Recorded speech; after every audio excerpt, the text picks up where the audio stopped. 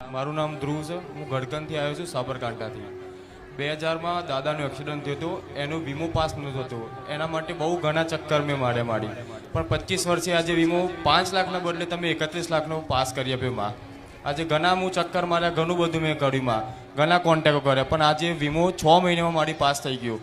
31 લાખનો વીમો પાસ થયો. બાએ માનતા રાખી હતી કે માતાજીના આગળ 2.5 લાખ રૂપિયા ત્યાં મૂકવાના, ચુંદરી ચડાવવાની અને ફૂલનો હાર.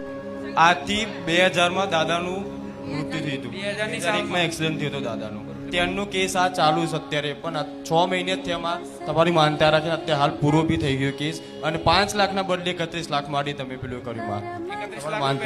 31 લાખ મારી. 25 વર્ષથી એક કેસ ચાલતો હતો. એનો વીમો પાસ કરાવવા માટે તમે અરજી કરી હતી? ઘણી મારી અરજી કરી હતી, ઘણા થાકી ગયા હતા મારી. આશા જ નથી રાખી મારી. 6 મહિને જ કદાચ 6 મહિને ભાગ્ય છે. તમારી અરજી અહીંયા મૂકી તમારા દ્વારે અને ક્લેમ પાસ થઈ ગયો મારી. વીમો પાસ થવાની આશા કેટલી હતી તમને? કત્તી નહીં મારી, કત્તી નથી. તારા ભરોસે બે હતા મારી. તમને 5 લાખ આવવાની ગણતરી હતી અને આયા કેટલા? 31 લાખ કી મો બધા કાપતો મને 19 લાખ રૂપિયા મળ્યા. ભલે બધું કાપતા 19 લાખ મળ્યા, પણ આશા તો 5 લાખ ની હતી. એ 5 લાખની તો ના બરાબર કે નથી જ આવવા. પ્રયત્ન તો કરતા પણ નહીં જ નાખ્યા હતા. ભાઈ મારા ધામ આવી અને એક જ અરજી મૂકી, મારી આ થઈ જશે.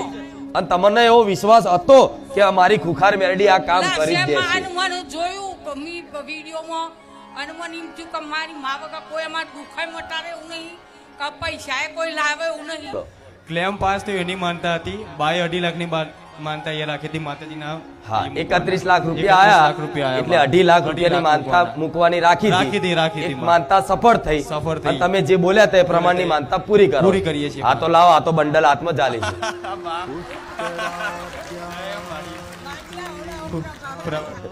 જે જરૂર હોય ને મારે, હું નહીં કહેતી મારો ભગવાન મારી ગાદી વિરાજમાન છે, મારે કોઈ જોડે હાથ લાંબો કરવાની જરૂર નહીં પડતી. એક રૂપિયો સેવામાં જાય. એમ્બ્યુલન્સ છે, ગૌશાળા નહીં બનાવી મેં માતાએ, પણ ગૌશાળાથી કમાઈ નહીં. ઘણી ગાયોને સારામાં સારી દવા, મતલબ ચાલુ ચીલાઈ દવા ના હોય, ગાયોના ઈલાજ માટે વિડીયોમાં તો રોજ નહીં દર્શાવાતું આ બધું, પણ ગાયોના ઈલાજ માટે સારા મોંઘી દવા. જે જગ્યાએ દવા લેવા જાય ને એ મેડિકલ વાળો એવું કે અરે આટલી મોંઘી દવા તમે જાનવરો માટે લો છો, નવાઈ લાગે. આ બધી કૃપા, આ સેવાની ભાવના રાખી એટલે દરેક વસ્તુનો સદુપયોગ થાય એ હેતુથી મારા ધામમાં મારો ભગવાન જ એમની લક્ષ્મી નહીં મોકલે. આ શું ખોટું?